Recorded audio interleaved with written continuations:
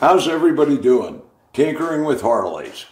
I want to thank all of you who have subscribed. I greatly appreciate it. If you're watching these videos and you enjoy them, by all means, please subscribe.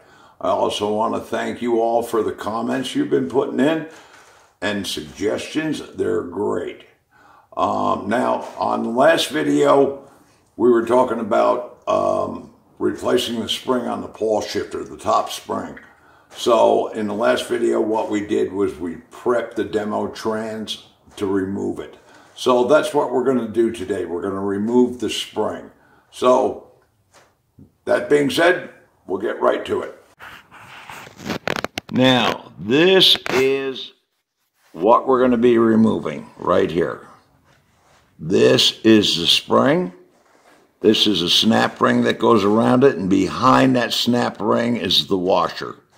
And then the spring is on a pin. So that's what we're going to be removing. Okay, now I've positioned the camera the best I can so you can partially get a look at this, because you're not going to be able to, my hands are going to get in the way when I take this off. But you're going to need a snap ring, pliers, because it's a small snap ring. And remember, this is a demo trans. What we're talking about is you can do this on the bike. Now, on the bench, it's going to be significantly easier than what it's going to be in the bike. In the bike, you don't have quite as much, you don't have near as much room. So what I'm going to do is going to make it look easy. Doing it on the bike, it's a lot harder, and you have to be a lot more careful. Now, if you can see this, this pin rolls.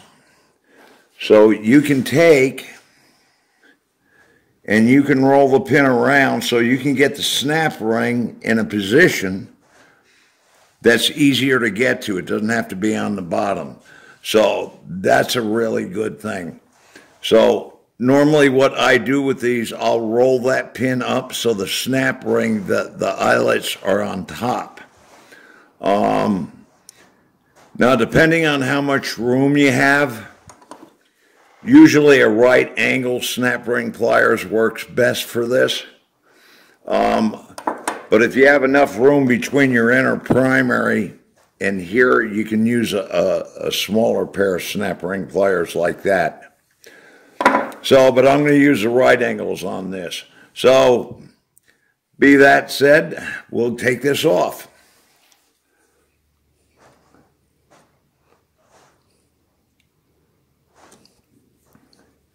Now, very carefully, and you still got your rag in there to make sure nothing drops. You take your snap ring pliers and carefully remove that snap ring.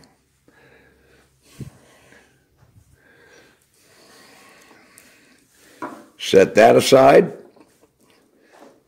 and you won't reuse that snap ring. If you do this, you need to get another snap ring.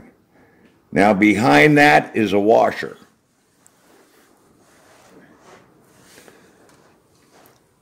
And then behind that is your spring. And this is the culprit that weakens or breaks. So it's fairly easy to remove. It's more difficult on the bike because you don't have the room. You can also slip this pin out, and you can take the pawl right off. Now, this Pawl shifter is no good. There's a lot of wear on it. And we're going to reuse it to, just for demo purposes. I mean, this is actually junk. This is just worn right out. So what we're going to do, now that we showed you how to take it off, we're going to put it back on. So you take this pin and slip it in there. Then you take the spring and you put the spring in. Of course, you got to make sure you put it in right. And the way you put it in right, the hooks need to face the Pawl shifter. You see these hooks right here? they need to face the pole shifter. So you put it in there like that.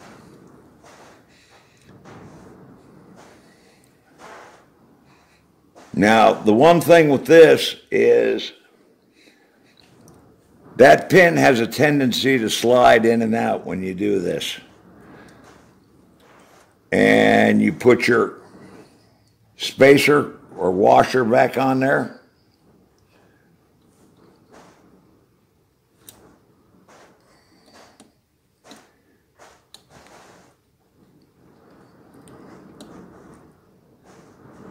And that spring constantly wants to jump out. Okay, there we go. Now that's out of the way. Now we can take our snap ring and get our snap ring on there. And that's it. Now once you get everything all set up, you can take and you can put this back on there. Once the shift drum is back on, and you're good to go. And that's all there is to it. So that's how you change the spring. And if that looked easy, it was, because I'm doing it on the bench. Now, if you're doing it in the bike, which you can do, because I've done them, it's a little bit more difficult because you don't have all the open space to work with. It's tighter. But it can be done because I've done them. I'd rather not do them, and the only time I do them is when somebody asks me just to replace the spring to get through for a while rather than replace the pole shifter. I have a tendency to do overkill. If I have a weak spring and a worn pole shifter, I'm replacing the whole pole shifter.